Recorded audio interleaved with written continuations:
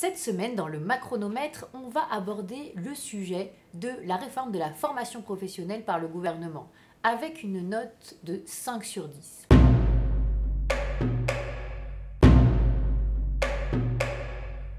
Le sujet de la formation professionnelle est un sujet qu'on rabâche énormément de gouvernement en gouvernement.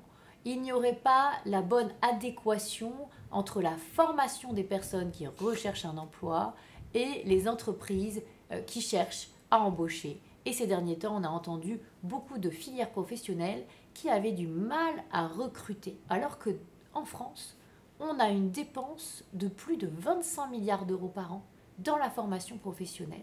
Une dépense beaucoup plus importante que dans les pays comparables et finalement des résultats moins bons puisque seuls 34% des salariés ont accès à une formation professionnelle en France alors qu'en Allemagne ou au Royaume-Uni, c'est plus de 50%. Notre système de formation professionnelle est extrêmement complexe avec 45 000 organismes de formation qui étaient homologués au début des années 2000. On en a maintenant plus de 72 000.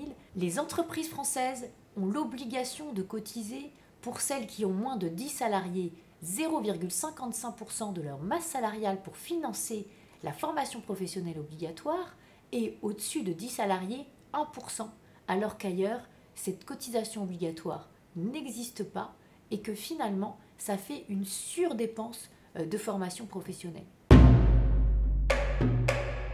Dans le projet du gouvernement, ce qu'il y a d'intéressant, c'est qu'on supprime complètement la possibilité pour les OPCA, les organismes qui étaient originellement collecteurs justement de cette taxe de 1% de la masse salariale, on supprime cette fonction de collecteur pour les OPCA.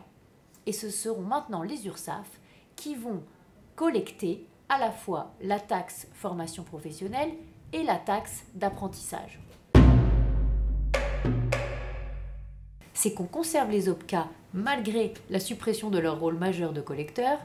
Évidemment, on comprend qu'il y avait un risque à mettre les syndicats dans la rue sur cette question. On peut aussi reprocher au gouvernement qu'il ne remette pas en question cette cotisation de 1% obligatoire, alors qu'elle n'existe pas ailleurs et que finalement les salariés français ne sont pas mieux formés qu'ailleurs, ou mieux que dans l'entreprise décider de la formation dont les salariés ont besoin, peut-être avec une déduction possible sur l'impôt sur les sociétés, plutôt qu'avec cette cotisation obligatoire qui finance un circuit très complexe et qui à la fin, finalement, incite aussi, la Cour des comptes le dit, à la fraude, avec un manque de contrôle, avec un manque de transparence. Bizarrement, à aucun moment, le projet de loi ne prévoit que l'État lui-même soit obligé de cotiser 1% en plus de sa masse salariale pour financer la formation de ses agents.